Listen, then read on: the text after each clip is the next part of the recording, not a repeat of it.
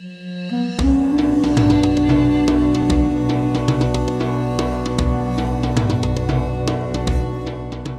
afternoon and welcome to this week's edition of Halftime Talk. And I'm delighted to be joined by Ben Simpfendorfer, Asia Pacific lead for the Oliver Wyman Forum, obviously of the Oliver Wyman Company. Ben, who is well known to all audiences in the Middle East and across Asia, is of course the former CEO of Silk Road Associates. Ben was worked in Asia and the Middle East for 25 years. I think he's one of the few people I know who speaks both Mandarin and Arabic, and former chief China economist at the RBS, and the resume just goes on and on. There is no one better to talk about the bridge of trade that connects Europe, or Middle East and Asia than Ben Simpfendorfer. So Ben, thank you so much for joining us. Pleasure to be here. Good to see you again. Sure.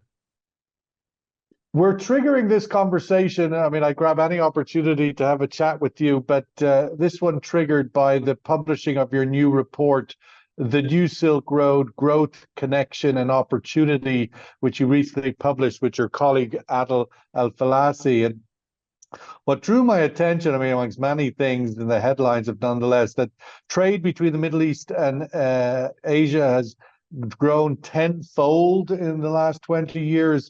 But you most notably point out that something significant has happened in the last 2 years, the sort of post-COVID window.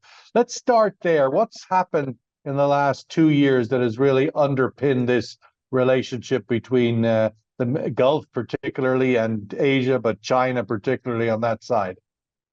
It's definitely a good place to start. The last 2 years has been game-changing. It has marked a sharp departure from the more traditional trade in oil for consumer goods we've seen over the last 20 years. So what has been driving that change? Three key factors. The first, of course, is geopolitics. And there is an element of de-risking going on globally, but also regionalization in Asia and the Middle East as partners within our region increasingly look out to each other as sources of investment, but also sources of capital, talent, and technology. At the second is the post-oil energy transition. The Middle East, or the GCC in particular, as it looks to develop its non-oil sectors, such as through Saudi Arabia's plan, Vision 2030, or others similar plans, that in turn is increasing demand for non-oil goods and services. The Asia region, of course, is a significant supplier of these. And then the third, of course, is a supply chain disruption.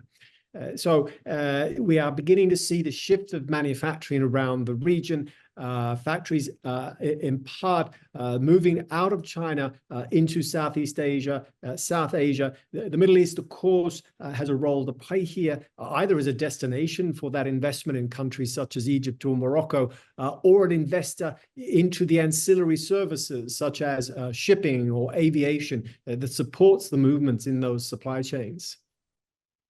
Well, let's just grab onto that first point you made, de-risking in terms of geopolitics. Is that de-risking the Gulf, the Middle East, away from its traditional geopolitical allies in the West, or is it de-risking from the Middle East sort of spreading its ways, including India, but China, but others, Indonesia?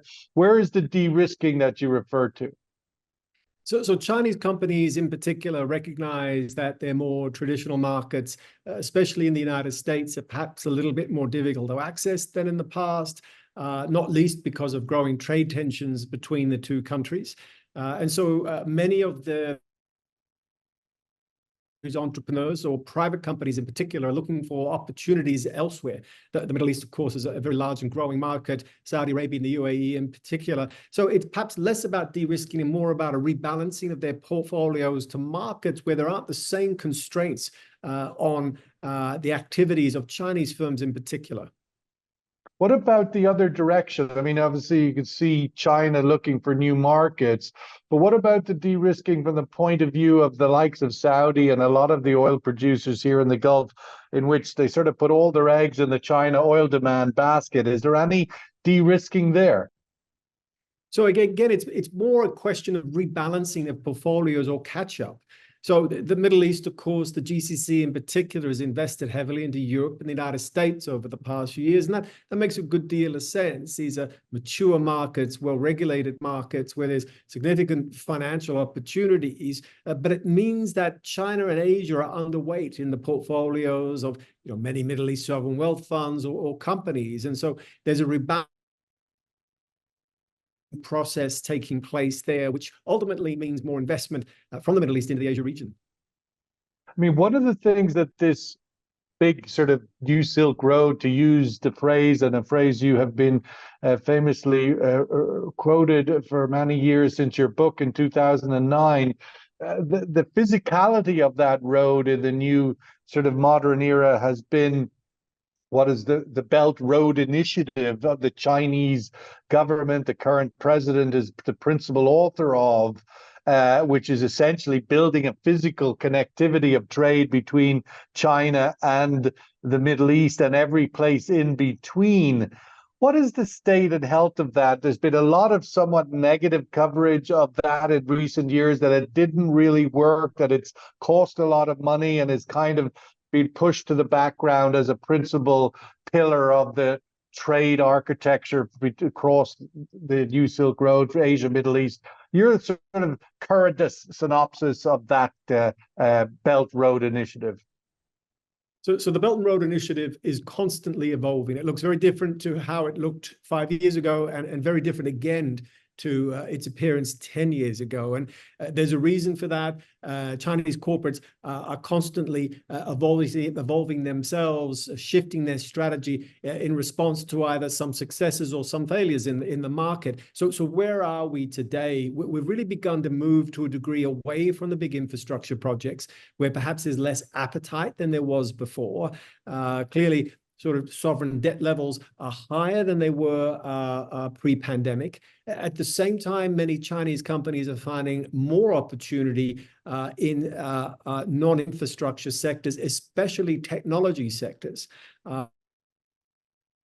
And so they're beginning to pivot into those sectors. Also supply chain related sectors, not just manufacturing, but of course the supporting services. Again, everything from ports to aviation are all opportunities for Chinese companies. And so that evolution is particularly pronounced in Southeast Asia, but it's also evident in the Middle East itself. I noticed in your report and in your comments earlier, Ben, you sort of highlighted that the trade relationship between Asia and the Middle East, and China in particular, and the Middle East, the principal markets here, has moved beyond energy and now also capital, technology, talent. I mean, I was at the big event in Oman recently, and the annual Oman Energy Exhibition and Conference, and nearly a quarter of the hall was Chinese oil supply service companies. But for a long time, there's been a view that technology couldn't compete in this market with the likes of Halliburton and Schlumberger and the sort of household names who have led in the supply chain services area of the principal industry of the Middle East, of the Gulf. Has that changed? You've obviously referenced it, technology coming out of China in the oil and gas supply services industry.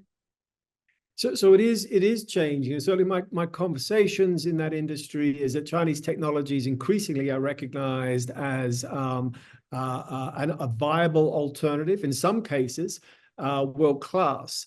So there is movement in that market. Of course, it depends on the sector and the product you're talking about. But again, what it does is to echo that there has been a shift away from physical infrastructure into less tangible goods, more advanced technologies.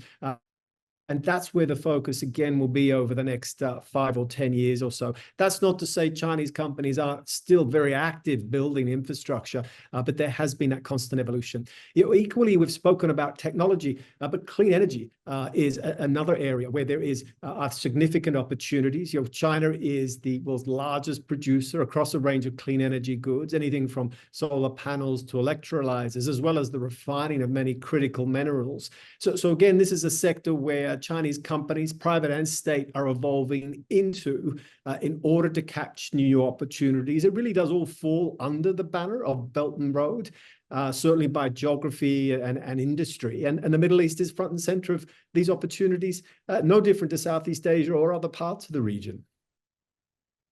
How does that fit in? I mean, you talked about de-risking geopolitics at the beginning, and we've seen just in the last few days, you were just recently at the World Economic Forum event in Riyadh. Immediately after that, of course, there was a big American presence at WEF, as there always is, but the reemergence of the grand deal between Saudi Arabia and the United States that was pre the terrible events of October 7th and the subsequent invasion of Gaza, that this big deal between Saudi, Israel, and America, the US, was going to be the pillar of the new Middle East. Everybody sort of thought it was dead for now, but at least the US-Saudi part of that has reemerged as being in some advanced stage of agreement. And part of that, from an American-US strategy point of view, would be to pull the Saudis out of the growing China orbit. And one of the points of intersection there around the world has been technology. You can't be Huawei and Microsoft or whatever the counter is to that. Huawei and 5G and all of the obstacles that has faced across the world due to the US pressure. Where does that come into play in the Saudi deal with the US and this technology intersection between the Gulf and Asia and China? Can all of those things coexist, do you think, going forward? Look, they can coexist. Saudi Arabia finds itself in a unique position, and as a non-aligned country, a partner of both China and the United States, and so equally is able to both take advantage of the best that either country will have to offer, and that sort of neutral positioning makes a good deal of sense, both commercially and politically. So there will be opportunities to both collaborate on both sides and to make the most of the technological advances of both China and the United States. There will be tricky moments, of course, but it is a unique position that the country or the kingdom and the rest of the GCC in the Middle East find itself in. I mean, in terms of that, I mean, the historic nature of the old, whatever it's called, the Atlantic Basin Road, or between the Americas, Europe, and the Middle East and Saudi, of course, came with the very, very critical security blanket, security protection, if you like, and that underpins this new agreement, it would appear, with the US, if indeed it does get finally done. Is there ever an outlook, or is there anything that's in the new Silk Road and the new China, Middle East, Asia partnership that comes that could deliver security blanket, security sort of umbrella for the Gulf states in the way that the West and America has or promises to do? Or your thoughts on that as emerging as part of the new Silk Road structure? So it's very unlikely that there will ever be a security element to it. It is primarily a commercial opportunity. There is, of course, bridge building taking place, both at the public and private level. So some of the events that you've just referenced, whether it's the Arab-China Business Summit, the World Economic Forum, these have been opportunities to bring together the private sector or policymakers from both sides to build bridges, relationships, the types of trust that are needed to take the whole project forward. But no real discussion of security, and it's unlikely going forward. I mean, you'd have to say that one of the most significant geopolitical / security agreements in the last year was the deal between Saudi and Iran that was brokered by China, and sort of China was the midwife. And in many ways, that deal appears to have underpinned a lot of very, moments in the last year that could have gone into an uncertain place. But this rapprochement that China shepherded has maybe allowed everybody to remain on the same side of the street. How that is as a template for future China sort of role in the region? So again, China as a non-aligned or neutral partner to all sides in the region can play more of a mediator role and may well have that ambition. We may see it more active. It was certainly hosting senior officials from the Middle East over the weekend with that purpose in mind. But nevertheless, it's important to recognize that China will follow its own template. It's not about to replicate what we've seen from either Europe or the United States over the last 10, 20, 50 years. China has a very different approach to the region, and it is one that puts commercial relations first, but equally is, of course, seeking to build those important bridges between cultures. So a different approach, but probably an important one for the region going forward. And I mean, the same time frame, the 2 years coming out of COVID also, and this Iran Saudi sort of rapprochement also came at the same window of time as the resurgent BRICS, of which Saudi Arabia became a part of, and the UAE and Egypt and of course that includes Russia and Brazil and India and China. I'm wondering, from your perspective, what role does that have going forward in this sort of greater growth and corridor of Asia, Middle East? Look, Asia, Middle East combined are 40% of the global economy. There are, whether it's China, Japan, Korea, or the UAE, Saudi Arabia. Who, of course, aren't part of the BRICS, obviously, Korea and Japan. No, but they all are very important. They all have very important roles to play within the new Silk Road region, both at a regional and a global level, and they will exert growing force over what the international landscape looks like, whether from a business or a political angle. And the region itself will continue and to play an ever-growing and a more forceful role going forward. Where BRICS lies among that is more questionable. It's a very large range of geographically disparate countries, and so there will be plenty to agree on. There may well be plenty to disagree on. I mean, you have the biggest oil suppliers in the world and the biggest oil consumers in the world in those few countries that make up the BRICS. You certainly do, but there are many members that are not included as well.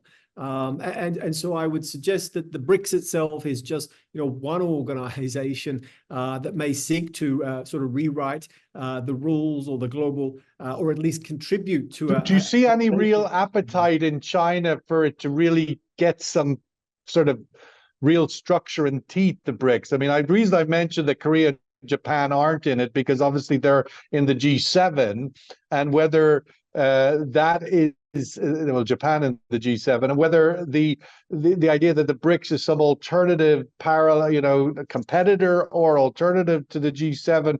But does the BRICS, and does China as kind of the biggest actor in the BRICS have any appetite to make it something comparable to the G7? So there's appetite to make it more important. Whether you want to compare it to the effectiveness of the G7, I think it's not easy. It's a very different set of countries, very different share of GDP. There's again plenty for its members to agree on. There's also much to disagree on. So I think China will always have a preference to prioritize its bilateral relations, but of course will seek to make the most of multilateral bodies as well, such as the BRICS, where there is agreement.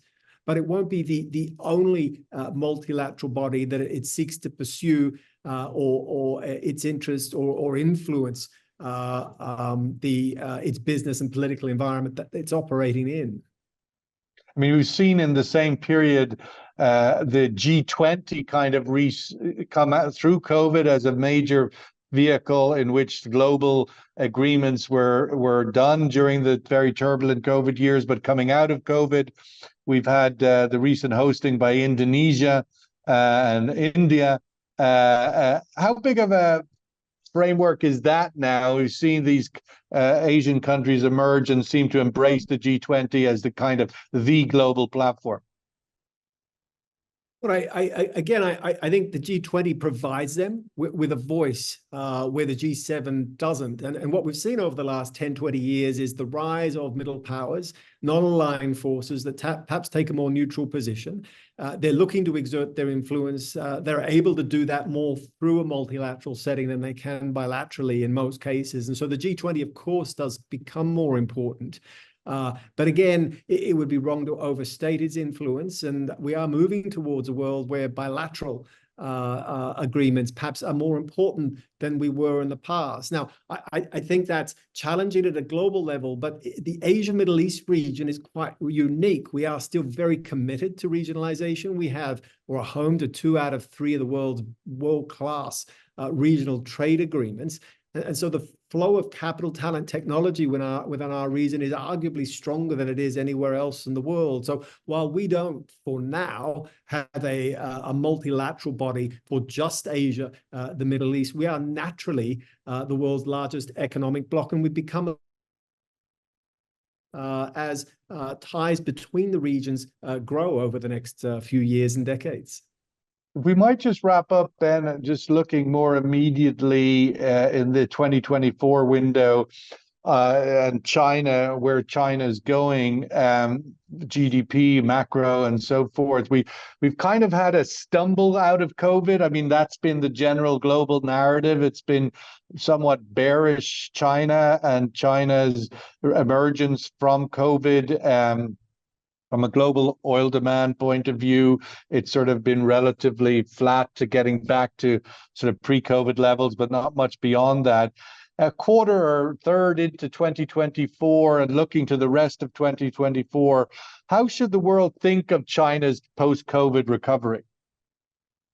So China is at an inflection point. It's now laying the foundations for long-term prosperity, and that means investing into the types of advanced industrial sectors, such as the clean energy sector, which will drive growth. But transitions are not means that short-term growth will be a little bit less robust, but it will lay the foundation for medium and long-term growth. So over the course of this year, we've seen a stabilization in manufacturing. We haven't quite seen the recovery in exports and real estate that over the last decade would have been traditional or more conventional growth drivers. But we are on track to hit growth. But the opposite, just sorry to stop you and intervene there on the real estate side, never mind being growth factors. How big of a negative factor are they? I mean, is it just a neutral, or is it like the sort of outside view is that this is potentially a third of the economy that is not just neutral, it's actually potentially a big negative draw on the momentum of the Chinese economy? So the real estate is a constraint on growth. It is, to your point, it is contracting. Sectors that supply the real estate industry, whether that's cement or steel, are all facing fairly weak conditions. So it's investments into new industries, such as, again, those clean energy sectors, which are providing an offsetting force. So again, this is an economy in transition, but it would be wrong to focus exclusively on the downside risks related to real estate without recognizing some of those upside risks, particularly the clean energy sectors, which do provide some sort of offsetting demand. So it's definitely more challenging, but it's an economy that's still growing at 5%, which is a decent rate. The question, of course, going forward too, will be the extent to which we can bring consumers or encourage consumers to spend at level to, and even to increase those levels going forward. So employment and income growth will be quite key over the medium term. What about some big challenges vis-a-vis the likes of demographics, aging population of China, the whole structure and sort of challenges around big items like water and so forth. Are they drags on current growth? So they are drags. The demographic challenge is well known. The youth population is in sharp decline. And so naturally, that's going to subtract from potential growth over the medium to long term. But equally, there's investments going into automation of factories. Industrial robotics is on the verge of a renaissance. It's a subject that you're probably going to hear a lot about over the coming years, particularly exports of industrial robotics. And that will help to solve some of the problems related to demographics, not entirely, but the government's well aware of this, and that's why there's so much effort going into looking for new sources of growth, but also recognition that we're not going to grow at the previous 10% rates. 5% is far more reasonable going forward. I mean, it does. This 5% is massive, obviously, in any other OECD relative country, and the skepticism around what does actually 5% growth mean. And it's a target, obviously, that the Chinese government puts out at the beginning of the year, and everybody has to sharpen their darts and make sure they get to 5%. But I'm wondering, does it represent real new employment? Does it represent new, I mean, from our selfish self-interest, new oil demand, energy demand? Or is it a different type of 5% growth? I mean, typically 5% GDP growth of an economy the size of China would mean a lot of new oil barrel demand, but it doesn't.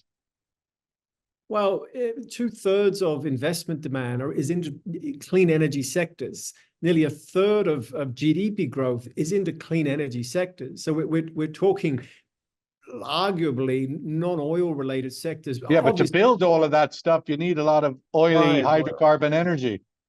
Yeah, you are right there, but nevertheless, it's a transition we're going through. So there will be, it's a slightly less oil intensive growth than it was in the past. But equally, clean energy sources, everything, especially nuclear, for instance, are growing as a source of energy input as well. So I think the shape of the economy is changing. So again, 5% doesn't look like what 5% may have looked like five or 10 years ago. But the upside is that if you're looking for oil demand, well, 80% of the world, the globe's oil demand over the next sort of 5 years will come from the in general. So while we may not sell as many oil barrels in the past, the energy ties between Asia and the Middle East are only going to intensify. And can I say, not just through the oil or conventional energy sectors, but particularly through clean energy sectors. And again, China is looking at the Middle East and its non-oil investments as a huge opportunity. And again, whether that's EV or battery storage, a range of products there that are possible commercial opportunities and collaboration between the two sides. So it sounds from your tone and your commentary that the sort of bearish reviews that the Chinese post-COVID recovery has got and continues to get are a little over egging the pudding and maybe vested in some self-interest generally. So there's still reason to be cautious about the outlook. There's still work to be done in terms of the short-term growth. We'd like to see a little bit more fiscal stimulus. We'd like to see greater support to I mean, that's been a narrative for a while. Where is the fiscal stimulus? So we saw bionic stimulus in America in particular. That's why inflation is still such a problem, but not so much in China. It's sort of a counter irony, right? A communist country not doing stimulus, a capitalist country drowning people in stimulus. What's the hesitation in China? Is it just not an option anymore? So there's perhaps lessons learned post-global financial crisis when the government spent too much, resulting in excess capacity, but also a rapid increase in debt. So there are lessons learned there. And also recognition that it's the medium term that matters more than the short term at this point. Stimulus is fine so long as it's pushing you in the right direction. Again, those medium term goals of developing your more advanced industrial sectors. Where we would like to see a little bit more spending is providing a floor for low-income consumers. So it could be more spending on education, on maternity, on unemployment benefits. That would certainly give lower-income consumers more confidence to spend. We haven't seen that yet. Well, we're going to have to wrap it up there. I could talk to Ben Simpfendorfer all day, but all we can do is 30 minutes at the max. And Ben Simpfendorfer of Oliver Wyman, thank you so much for your insights today. Pleasure to be here. Thank you.